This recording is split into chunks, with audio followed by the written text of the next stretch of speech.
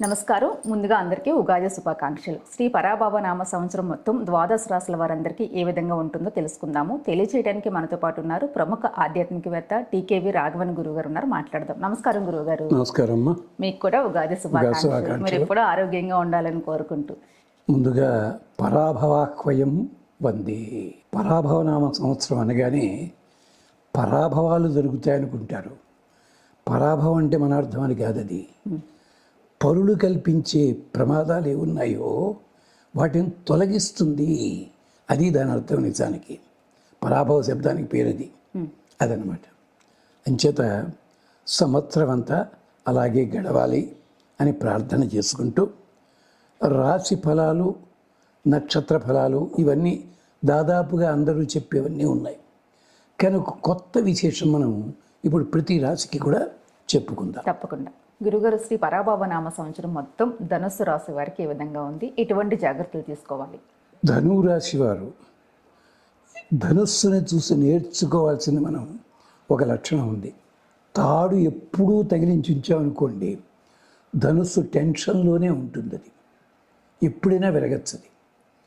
ధనురాశి వారి చేయాల్సిన పని ఏమిటంటే తమ లక్షణాలని ఎప్పుడు ప్రదర్శించాలో అప్పుడు ప్రదర్శించండి. ఎప్పుడు కూడా తాడులా తగిలించి పెడితే ఎవడో పక్కవాళ్ళు అవతల తెగుతుంది. అది అంటే ధనుస్సు అది మనం చూసుకోవాల్సి ఉంటుంది జాగ్రత్తగా. ఇది సోక్రటీస్ కూడా చెప్పాడు జనాలకి. నువ్వెప్పుడూ గొప్పవాడే కాదంటం లేదు, కానీ నీ మనస్సుని ప్రశాంతంగా అట్టే పెట్టుకో. అది ధనురాశికి ఒక సందేశం. అలాంటి ధనురాశిలో మూలా నక్షత్రం, పూర్వాషాఢ నక్షత్రంలో ఉండే 4 పాదాలు, అలాగే ఉత్తరాషాఢ నక్షత్రంలో మొదటి పాదము ఇది దీంట్లోకి వస్తాయి. ఆదాయం 14, వ్యయం 11, అలాగే రాజపూజ్యం 5, అవమానం 6. ఇక్కడ మీరు చూసుకోవాల్సింది ఏమిటంటే సంవత్సర ప్రారంభంలో కంటే తరువాతి భాగంలో చాలా ప్రయోజనాలు ఉంటాయి. ఎలాగ ధనుస్సు ఉంది చెప్పుకున్నా కదా, అది బిగించెట్టే పెట్టే మన కంగారు. మొదట్లో ధనుసు బిగించరు. సత్యభామ కూడా యుద్ధానికి వచ్చింది. యుద్ధానికి వచ్చినవిడ కృష్ణుడు వెళ్ళిపోయాడు. ధనుస్సు తీసుకుని ఎడంకాలు ఇలా పెట్టి లటెక్కని ఇలా బిగించిందట. అయ్యి బాబాయ్, యుద్ధంలో ధనుస్సు ఎలా బిగించాలో ఈవిడ ప్రాక్టీస్ ఉందా? ఇంట్లోనే యుద్ధం చేస్తునుకున్నాను, బయట కూడా అలవాటు ఉందా అనుకున్నట్టు పోతన గారి వర్ణన. అలాగా మీరేం చేయాలి? మొదట్లోనూ ఇప్పుడు టెన్షన్ పడకండి. అందుకని మొదటి భాగంలో కొంచెం అనుకూలత తక్కువ ఉంటుంది, కానీ తరువాత మాత్రము అంతా అనుకూలతే ఉంటుంది. అది అంటే సంవత్సరం మొదటి భాగంలో కంటే రెండో భాగంలో మీకు మంచి ఫలితాలు వస్తాయి. ఓర్పు, సహనం మీకు అలవాటు ఉండాలి, అది చూసుకోండి. అలాగే తర్వాత ఏకాగ్రత, మానసిక ప్రశాంతత. అది ఏకాగ్రత అవసరం. మనస్సు ప్రశాంతంగా అట్టే పెట్టుకోండి. ఆరోగ్యం జాగ్రత్త. వాహనాలు నడిపేటప్పుడు దృష్టి పెట్టుకోండి. ఏకాగ్రత ఎలా వస్తుందండి అంటారా? దానికి ఒక చిన్న ట్రిక్ ఉంది. పొద్దున్న నిద్ర లేచి మొహం కడుక్కునే ముందు, రాత్రి నిద్రపోయే ముందు అద్దం ముందు నిలబడి, సింక్ దగ్గర నిలబడి కాస్త రాళ్ల ఉప్పు అరచేతిలో వేసుకుని ఇలా అరచేతులు 2 రాపాడించండి. చేతులు వేడెక్కుతాయి. చేతులు వేడెక్కిన తర్వాత దులిపేసి చేయి గడిగేసుకుని పొద్దున్న మొహం కడుక్కోండి. సాయంకాలం కళ్ళు ఇలా తుడుచుకుని హాయిగా నిద్రపోండి.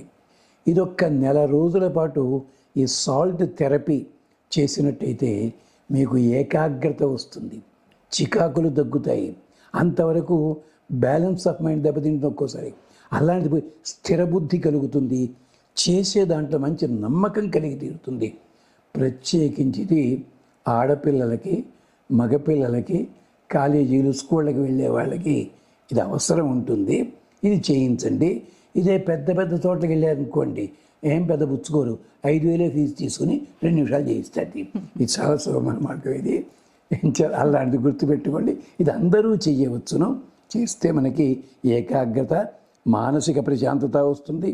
అలాగే భాగస్వామ్యం కలిగిన వ్యాపారాలు ఉన్నట్టయితే కొంచెం భాగస్వాములతోటి జాగ్రత్తగా ఉండండి. వాళ్ళ ప్రవర్తన చూసుకుంటూ ఉండండి. మీరు జాగ్రత్తగా ఆ పని చేయాలి. కుటుంబ వ్యవహారాల్లో కూడా జాగ్రత్తగా ఉండాలి. తరువాత వీలున్నంత వరకు సుందరకాండ పారాయణ చేసుకోండి. ఇన్ని సర్గలా అన్ని సర్గలా నేను లేదు, తోచినట్టుగా ఓపిక ఉంటే 7 సర్గలు లేదా ఒక్కొక్క సర్గ అలా సుందరకాండ చేసుకుంటూ వెళ్ళి సుందరకాండ ప్రారంభంలోనూ పూర్తి సమయంలోనూ కూడా నైవేద్యం పరవాన్నం పెట్టండి. మిగిలిన రోజులు ఏదో పళ్ళు అలాంటివి పెట్టుకోండి, సరిపోతుంది. సుందరకాండ వెంకటేశ్వర సుప్రభాతం కూడా పారాయణలా చేసుకోవచ్చు, క్షేమం కలుగుతుంది. ఈ రెండింటి వల్ల కూడా ఫలితం లభిస్తుంది. ఇది ధనురాశి వారికి అది విశేషం. అంతేకాదు ఇక్కడ మూలా నక్షత్రం ఉంది కదా, దానికి విశ్వధరాయ నమః, ఓం సోమాయ నమః. విశ్వధరుడు ఆయన. సోమం అంటే మన వాళ్ళు సోమరసము తాగిడివారు అంటారు. సోమరసం ఇలా తాగరు వారు, గ్లాసుల్లో పోసుకుని. అసలు సోమలత కావాలంటే కొండంతా వెతికితే 1 మీటర్ పొడుగు దొరుకుతుంది. దాన్ని పిండితే 50 ml కూడా రాదు. దాంట్లో తేనె ఇలాంటివన్నీ కలిపి తీర్థంలా తీసుకుంటారు. అంతే సోట్ల పుస్తకాలు పూసినట్టుగా గ్లాసులో పోసి తాగేస్తారు, మత్తికిపోతుంది. ఎవడో చెప్తాడు దుర్మార్గుడు. సోమధర, అది సోమ. ఆ సోమలతకి అధిపతి ఎవరు? చంద్రుడు. అందుకని ఓం సోమాయ నమః. అలాగే పూర్వాషాఢ నక్షత్రం, ఉత్తరాషాఢ తీసుకున్నట్టయితే ఓం నమశివాయ. ఓం నమశివాయ. నమః లేదు, నమః ముందు వచ్చింది ఇక్కడ, గమనించండి. ఈ మధ్య కొంతమంది ఓం నమశివాయ నమః అంటుంటారు. నమ 2 సార్లు రాదమ్మా. ఓం నమశివాయ. తర్వాత ఓం త్వష్ట్రే నమః. త్వష్ట అంటే శిల్పి, రకరకాలు చెప్పేవాడు, అందుకని త్వష్ట అంటారు ఆయన్ని. అయినా భగవంతుడే. ఓం త్వష్ట్రే నమః. తర్వాత సూర్యుడు కూడా ఉన్నాడు కదా పాపం, అందుకని ఓం సప్త తురంగమాయ నమః. ఎంత కష్టం అండి ఆయనకి. చక్రం ఒకటే ఉందా, రథసారథికేమో తొడల్లేవా, నడవాల్సిందంతా గతుకులైపోయిన ఆకాశమా. కానీ టైంకి వస్తాడు, పంక్చువాలిటీ. అందుకని ఎంత గొప్పవాడిని సూర్యుడు, ఆయన నమస్కారం అన్నాడు. అందుకోసట ఈ పని చేయండి. ధనురాశి వారికి క్షేమం కలుగుతుంది. వీలైతే దగ్గరలో ఉన్న దేవాలయాలు కానీ పుణ్యక్షేత్ర దర్శనం చేసుకోండి మీ వీలు ఉన్నట్టయితే. ఇది క్షేమం కలుగుతుంది. పరాభవనామ సంవత్సరం ఇద్వత్సరం అని పేరు. దీనికి అధిపతి ఎవరు అంటే అనలుడు, అగ్ని. ప్రత్యేకించి ఈ సంవత్సరం వెండితో చేసిన విగ్రహానికి ఆరాధన కానీ వెండిని దానం ఇవ్వడం కానీ చేస్తే మంచిది. ఈ సంవత్సరానికి సంబంధించిన ఒక శ్లోకం ఉంది మన గ్రంథాల్లో, పూర్వ గ్రంథాల్లో ఉంది. ఆ శ్లోకాన్ని మిగిలిన పూజలు చేసినా చెయ్యకపోయినా కనీసం ఈ శ్లోకాన్ని రోజుకి 11 సార్లు చదవండి. ఏమిటది? పరాభవాహ్వయం వందే నర్యాప సముదర్జితం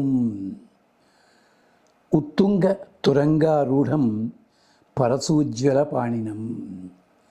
పరాభవం అనే పేరు కలిగిన ఈ సంవత్సరానికి నమస్కారం చేస్తున్నామయ్యా.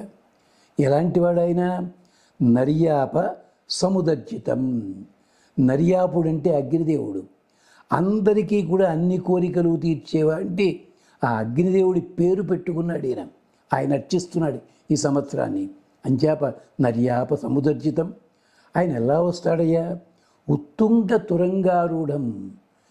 పెద్ద ఎత్తైన గుర్రం మీద. గుర్రానికి శక్తి చాలా గొప్పగా ఉంటుంది, దృష్టి ఉంటుంది.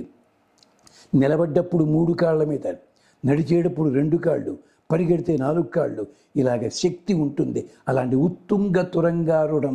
జ్ఞాపక శక్తి, గుర్తు, దర్శనం అన్నీ ఉంటాయి. అలాంటి ఎక్కినవాడు మహానుభావుడు. పరశుజ్వల పాణినం. చేతిలో ప్రకాశించే పరశువు ధరించి ఉంటాడు.